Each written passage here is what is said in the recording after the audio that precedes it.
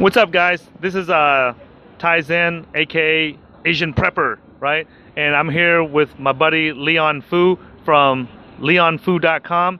And in this video, we want to talk about a very powerful strategy that the new technology of Bitcoin wallets are coming out with, and it's called Hierarchical Deterministic Wallet. Now, you guys already know that I'm not going to be the one that's explaining it. I'm just going to be the guy holding the microphone, and Leon is going to be the one that's going to explain it. But we're going to go into different details and functionalities of what, and define what is a hierarchical deterministic wallet.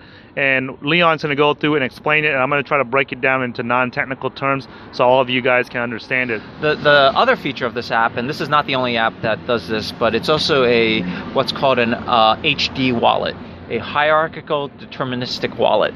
Okay, now can you speak in English so that everybody understands it? You know, can you step out of your programming mode and be non-technical? I try to break it down so that for the non-technical people to understand it. But even when you say that, you know, I've heard it. You know, other people say it online, but what the hell does that, you know, deterministic wallet mean? Okay, so a deterministic wallet is different than the Bitcoin Core. Like, let's take the Bitcoin Core wallet, for example. So to create a Bitcoin address, what you do is you generate a 160-bit number, random number, right? And then you derive a public and private. So for the non-technical people that don't know what a 160-bit number is, 2 to the 160th power. So does that mean like it's a huge number? It's like 100 decimal places, or 1,000 numbers long, or it's okay. So the Bitcoin uses the Bitcoin security is based on large numbers, like like astronomically large numbers, right?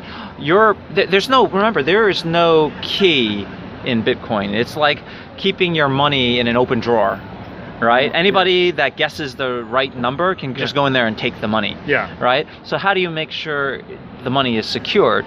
Is the random number is so large that it would take you several hundred years to figure it out. Even computers, if you just randomly try to pick numbers, you would never get a number that had any money in it. It does not matter, even if you used computers to randomly pick numbers. I mean, this is such a large number that even computers with astronomical, you could take supercomputers, and it would be impossible in your lifetime to actually find like a number that had any money in it. Okay. So, you know what? So that we don't get off track, too far off track from the bread wallet, what I would suggest is if you guys are watching this and you want to understand how big and large numbers that that the Bitcoin network uses, I would recommend that you guys watch James D'Angelo from the Bitcoin network, and the World Bitcoin Network. And he has a great video out that talks about the large scale numbers that Bitcoin uses. And I think it's like the beauty of large numbers or something. Something like his latest video is this one, So just check one of his videos from back in around October of 2014. And he came out with a video that talks about the large numbers of Bitcoin that's used in Bitcoins, and you guys can understand that some more. So go back to... So let's go back to HD wallet, which before we get sidetracked. Non-HD wallets, such as Bitcoin Core, what they do is they generate a random number as a Bitcoin. Like every time you create a new Bitcoin address, it just generates a random number using the random number generator. Okay, so there's a problem with that though, because you know, for security, for privacy, they suggest you never reuse addresses, right? Like when somebody pays you, you give them a new address, right? And then you don't use that address again. All right, because remember, everything's on a public ledger. People can look up all the transactions that happened on that address, right? So you should generate new addresses every transaction you have. But then that creates a problem, right? Is how do you back up your wallet then, right? Because every time you use a new number, you have to back up that number, right? Otherwise, if you lose your wallet, you've lost your money, right? So that's a problem. Then as you start using a wallet, if you did that, your backups would get larger and larger, and you would always have to regularly back up your wallet every time you did new transactions. You have to make another backup. It's too cumbersome and it's not user friendly. It's not user friendly. Yes, exactly. So the HD wallets solve that problem. Okay, is that you only have to make one backup. Okay, so the way an HD wallet works is that you have a single number we call it a seed, right? And then from that seed, you can generate an infinite number of Bitcoin addresses from that seed. So you only need to back up one number. And I was showing this to you earlier. That number is 12 words. Okay, that you write down. Yeah, that's the passphrase that you had me save when I created my bread wallet. When you created your bread wallet, yes. So just by remembering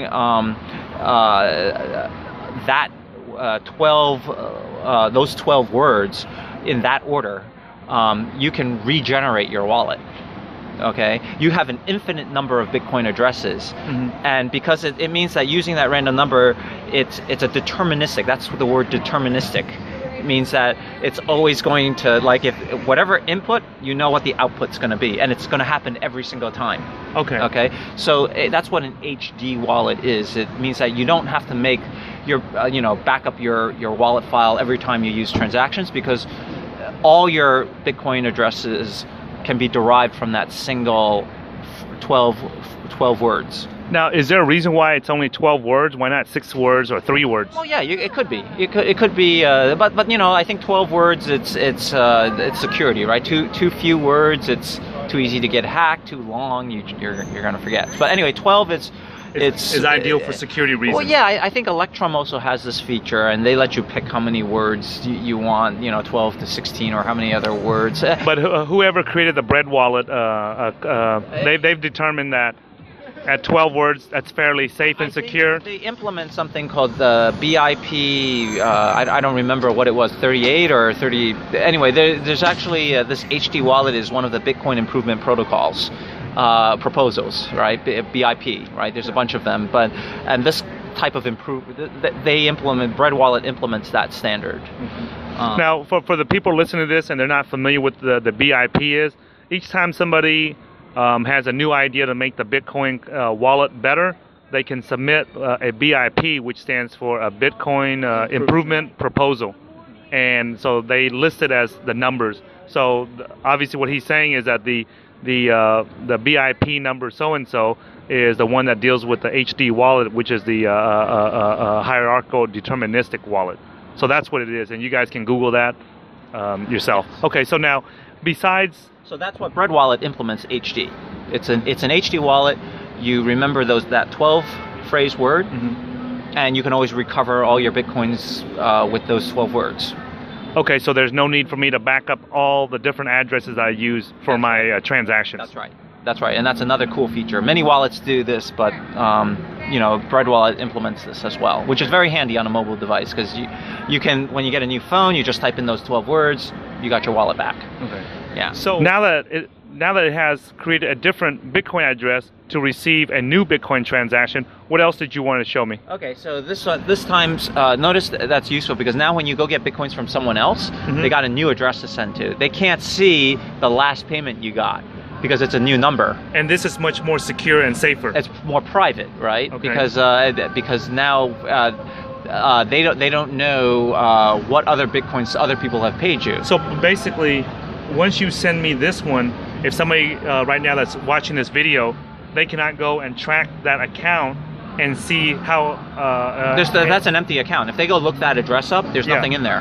Okay, but if they looked at the account number, the one that you just sent me the $3.46 to, they can go look at it again, and all they will ever see is that $3.46. Yes, in other words, I sent you the 10,000 bits, so I could go look at it and see it, but I already know I sent you, so it's not giving me any information I didn't already know. So now, if you send me a second payment, no one will ever know. Yes, if I send you a second payment, no one will ever know, or if you got another payment from someone else, I would never know. Okay, right? So let me ask you this. Yeah. So let's say if somebody wants to go back and backtrack my account, could they go back and backtrack that it came from you and then determine that you had sent it to me again? Or does your account, your Bread Wallet, also create a new sending address also? Okay, so I've studied how it does that, right? So what Bread... Okay, so when you get addresses, you get like Bitcoins into several, you remember you have a set of private keys. Yeah. Right? Because that's what an HD wallet does. It generates a set of private keys, and then you receive Bitcoins in each of those private keys. Yeah. Right? So when you want to send out like let's say I just gave you 10,000 bits or $3, and somebody else, the next guy gives you some more, and the next guy gives you some more, and then you send another transaction, right? What it's going to do is it's going to take a bunch of those private keys and create like a new transaction, right? Okay. That basically it creates one transaction with all of those private keys, right? But any kind of leftover that it has, it forwards it to another address. So let's say I just sent you $3, right? Yeah. And you go ahead and send someone else $2. Yeah. Right? And then so you get $1 and change back, right? Okay. It's going to send $2 to that person's address, and then it's going to send that leftover $1 to your own address. Oh, okay. So each time, when you send a transaction in or out, there's always going to be a new address. Yes, there's always going to be a new address. So out of those $3, two would go to whoever you sent it to, and one would go to another one of your HD addresses. Oh, okay. I see it now. Right. So basically, when you send me some Bitcoins, it will always create a new address. If I send some out of that, if I break that amount that you sent me, the $3 you said, if I break it up into separate amounts, then each of those separate amounts get a new address too. Yes. Even the remaining balance in my account gets a new address. It's a new address, yes. So, and how do you know this? You can go on blockchain and go ahead and see this for yourself, right? If let's say now you have those 10,000 bits and you go send 5,000 of them to someone else, or send them to yourself, you can actually see this happening on blockchain.info. Okay. Right. Okay. That's awesome, man. That's very, very secure, and that makes it even more private also. That's right. So all right, guys. So, thanks for watching this video, guys, and we hope that this quick video on what is a hierarchical deterministic wallet will help you better understand the new the safety features and security features of these the new versions and the new models of the Bitcoin wallets that are coming out, especially with this bread wallet that's coming out on the iOS phones. And we invite you guys to check it out, comment on it, let the inventor of the bread wallet know if it's good, bad, ugly, whatever, and so that we can all make it better. Thanks for watching this video, guys, and if you guys want to support our blog where we talk about the tools, the technologies, and the strategies that help people find more freedom in their health, their wealth, and their relationships, please visit our prison or freedom.com/donations page, and you can support us there. Thanks for watching this video, and we'll see you guys in the next one.